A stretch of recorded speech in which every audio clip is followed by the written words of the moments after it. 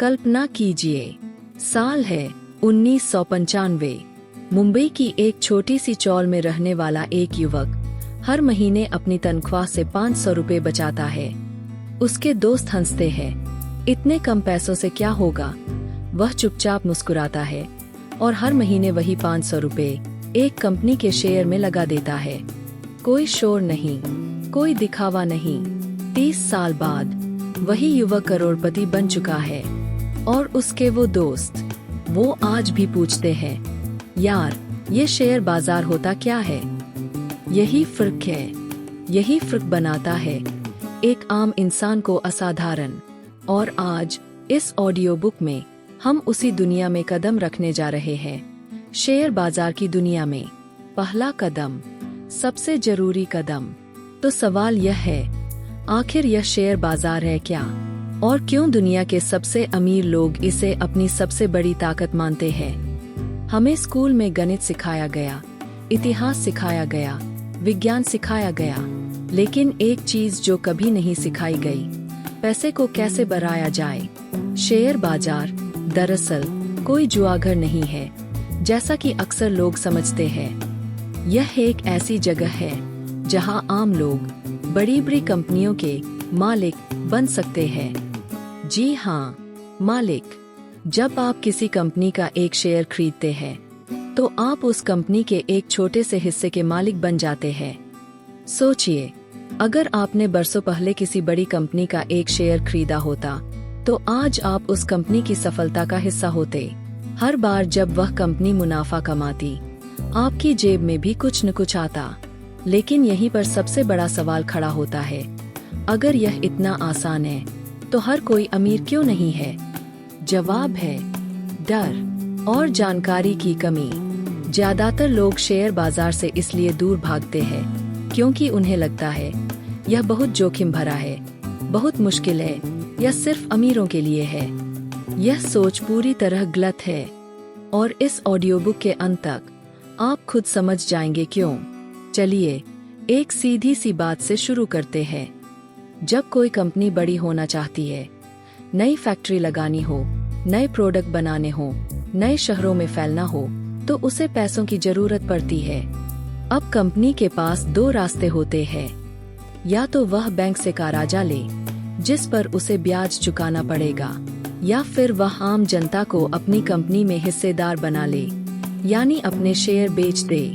जब कोई कंपनी पहली बार अपने शेयर आम जनता को बेचती है तो उसे कहते हैं IPO, यानी इनिशियल पब्लिक ऑफरिंग। इसके बाद वह कंपनी शेयर बाजार में लिस्ट हो जाती है, जैसे भारत में BSE और NSE।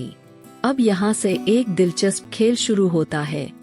एक बार कंपनी लिस्ट हो जाए तो लोग आपस में उसके शेयर खरीदते बेचते रहते हैं। जैसे किसी सब्जी मंडी में सब्जियों की कीमत मांग और आपूर्ति से तय होती है, वैसे ही शेयर की कीमत भी इसी सिद्धांत पर चलती है। अगर किसी कंपनी का प्रदर्शन अच्छा है, ज्यादा लोग उसका शेयर खरीदना चाहते हैं, तो कीमत बढ़ती है। अगर कंपनी घाटे में जा रही है, लोग शेयर बेचना चाहते हैं, तो कीमत गिरती है। बस इतनी सी बात है। बाकी सब कुछ, चार्ट्स, इंडिकेटर्स, न्यूज, यह सब इसी एक सीधे सिद्धांत के इर्द गिर्द घूमता है। अब बात करते हैं उस डर की जो हर नए निवेशक के मन में सबसे पहले आता है। हाँ, यह सच है, शेयर बाजार में जोखिम होता है। शेयर की कीमतें ऊपर नीचे होती रहती है, कभी कभी बाजार अचानक गिर भी जाता है। लेकिन यहाँ एक बात समझनी बेहद जरूरी है, जोखिम और अज्ञानता दो अलग अलग चीजें हैं। जो लोग बिना सीखे, बिना समझे, सिर्फ किसी की सुनी सुनाई बात पर पैसा लगाते हैं, वही सबसे ज्यादा डूबते हैं। लेकिन जो लोग धैर्य रखते हैं, सही कंपनियों को समझकर निवेश करते हैं और लंबे समय तक टिके रहते हैं, इतिहास गवाह है, उन्होंने हमेशा मुनाफा कमाया है। एक उदाहरण लीजिए, अगर किसी ने 30 साल पहले भारत के किसी बड़े स्टॉक इंडेक्स में पैसा लगाया होता और उसे छुआ तक नहीं होता, तो आज वह रकम कई गुना बढ़ चुकी होती। बीच में कितनी भी मंदी आई हो, कितने भी संकट आए हों, बाजार समय के साथ हमेशा ऊपर की ओर ही बढ़ा है। यही वह राज है जो बड़े निवेशक जानते हैं और आम आदमी नहीं जानता। समय बाजार का सबसे बड़ा दोस्त है। जितनी जल्दी आप शुरू करते हैं, उतना ही बड़ा फायदा आपको मिलता है। अब मैं आपको एक ऐसी ताकत के बारे में बताता हूँ जिसे खुद अल्बर्ट आइंस्टीन ने दुनिया का 8वां अजूबा कहा था, कंपाउंडिंग यानी चक्रवृद्धि। सोचिए, अगर आप हर महीने सिर्फ 2000 रुपए किसी अच्छे निवेश में डालते हैं और उस पर औसतन 12% सालाना रिटर्न मिलता है, तो 20 साल बाद वह रकम कितनी हो जाएगी? आपका कुल निवेश होगा लगभग 4,80,000 रुपए। लेकिन कंपाउंडिंग की ताकत से 20 साल बाद वह रकम बढ़कर लगभग 20 लाख रुपए के आसपास पहुंच सकती है। यानी आपका पैसा आपके लिए काम करने लगता है। शुरुआत में यह धीमा लगता है, लगभग महसूस ही नहीं होता, लेकिन जैसे जैसे समय बढ़ता है, यह रफ्तार पकड़ लेता है, बिल्कुल उस बर्फ के गोले की तरह जो पहाड़ से लुढ़कते हुए धीरे धीरे बड़ा होता जाता है। यही कारण है कि निवेश की दुनिया में कहा जाता है, देर से शुरू करने से बेहतर है जल्दी शुरू करना, भले ही रकम छोटी हो। अब आप सोच रहे होंगे, ठीक है, यह सब समझ आया, पर शुरुआत कैसे करें? सबसे पहला कदम है एक डीमैट अकाउंट खोलना। यह वह डिजिटल खाता होता है जिसमें आपके शेयर सुरक्षित रखे जाते हैं, ठीक वैसे ही जैसे बैंक खाते में पैसा रखा जाता है। दूसरा कदम है सीखना। किताबें पढ़िए, भरोसेमंद जानकारी लीजिए, कंपनियों को समझिए, जल्दबाजी में कभी पैसा मत लगाइए। तीसरा और सबसे जरूरी कदम है छोटी शुरुआत। बहुत से लोग सोचते हैं कि शेयर बाजार में उतरने के लिए लाखों रुपए चाहिए। यह सोच गलत है। आप 100, 200, 500 रुपए से भी शुरुआत कर सकते हैं। जरूरी है शुरुआत करना, रकम नहीं। और चौथा कदम धैर्य। शेयर बाजार अमीर बनने की कोई जादुई छड़ी नहीं है।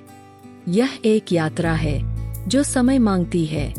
अब मैं आपको एक ऐसी बात बताता हूँ जो शायद आपको चौंका दे। सबसे बड़ी गलती पैसे कम लगाने की नहीं होती। सबसे बड़ी गलती होती है भावनाओं में बहकर फैसले लेना। जब बाजार गिरता है, लोग डर जाते हैं और घबराकर अपने शेयर बेच देते हैं, ठीक उसी वक्त जब उन्हें रुकना चाहिए था। और जब बाजार ऊपर जाता है, लोग लालच में आकर बिना सोचे समझे पैसा लगा देते हैं, ठीक उसी वक्त जब उन्हें सावधान रहना चाहिए था।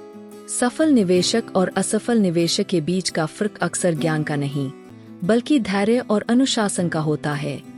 एक मशहूर कहावत है, बाजार में पैसा उन्हीं का बनता है जो बिना घबराए बैठे रह सकते हैं। तो अब सवाल यह है, क्या आप तैयार हैं? शेयर बाजार कोई रहस्यमय दुनिया नहीं है जो सिर्फ चुनिंदा लोगों के लिए बनी हो। यह एक ऐसा रास्ता है जो हर उस इंसान के लिए खुला है जो सीखने को तैयार है, धैर्य रखने को तैयार है और छोटे छोटे कदमों से शुरुआत करने को तैयार है। याद रखिए उस युवक की कहानी जिससे हमने यह सफर शुरू किया था। उसके पास कोई जादुई फॉर्मूला नहीं था, उसके पास था निरंतरता और थोड़ा सा साहस। आज, अभी, इसी पल से आप भी वह पहला कदम उठा सकते हैं। बाजार आपका इंतजार कर रहा है। सवाल सिर्फ इतना है, क्या आप तैयार हैं अपनी वित्तीय यात्रा का पहला अध्याय लिखने के लिए? अगले भाग में हम बात करेंगे किसी कंपनी का शेयर खरीदने से पहले उसे कैसे परखा जाए, कौन सी बातें देखनी चाहिए और कौन सी गलतियों से बचना चाहिए। तब तक के लिए याद रखिए, हर बड़ा निवेशक कभी न कभी एक छोटा निवेशक ही था।